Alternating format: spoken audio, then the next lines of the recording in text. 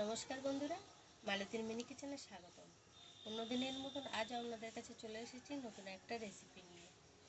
আজকে নিয়ে এসেছি আলুর চপ। সেই নতুন এই শীতের সময়, শীতের সন্ধ্যায় কিন্তু এই নতুন আলু দিয়ে আপনাদের চপ তৈরি করে দেখাবো। বাজার থেকে তো অনেকেই আপনারা আলুর চপ কিনে এনে খেয়েছেন। আজকে আমি বাড়িতে আলুর চপ অন্য ধরনের একটা আলুর চপ বানিয়ে আপনাদের দেখাবো। তাহলে রেসিপিটা বানানো যাক।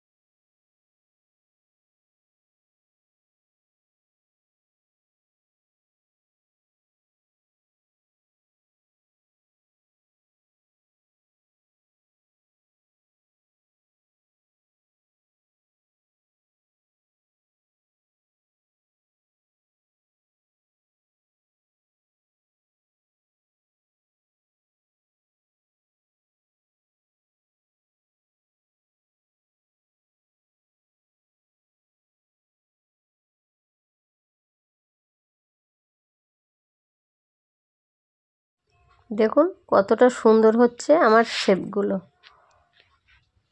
প্রত্যেকটা একইভাবে শেপ দিয়ে নিলাম। আমার কিন্তু চপগুলো বানানো রেডি হয়ে গেছে। এবার কিন্তু আমি ভেজে নেব।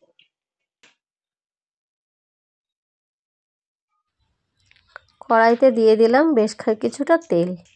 আর যে ব্যাটারটা আমি ফ্যাটিয়ে রেখেছিলাম এর ভিতরে দিয়ে দেবো একটু খাবার সোডা দিয়ে কিন্তু ভালো করে একটু ফ্যাটিয়ে নিয়েছি। এবার কিন্তু এই আলুর পুরটা কিন্তু আমি এরকমভাবে করে দেব আর তুলে তুলে কিন্তু তেলে ছেড়ে দেব। দেখুন প্রত্যেকটাই কিন্তু এমনভাবে করে তুলে ছেড়ে দিতে হবে।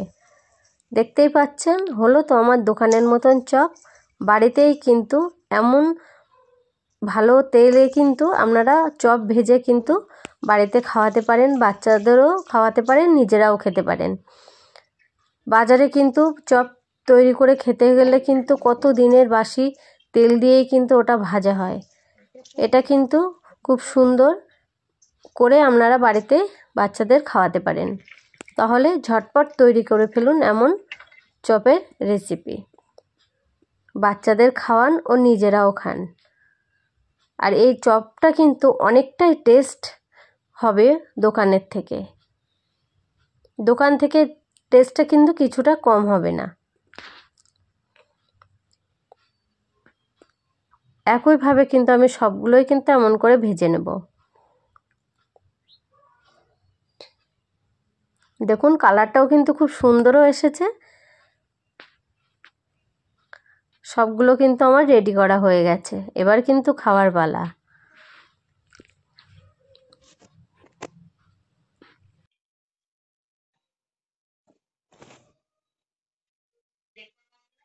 শীতের সন্ধ্যায় এরকম গরম গরম চপ কিন্তু আমার রেডি হয়ে গেছে।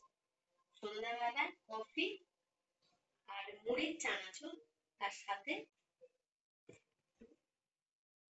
আর দেখুন বন্ধুরা চপটা কতটা মুচমুচে হয়েছে, আওয়াজটা শুনে বুঝতে পারছেন কতটা মুচমুচে হয়েছে।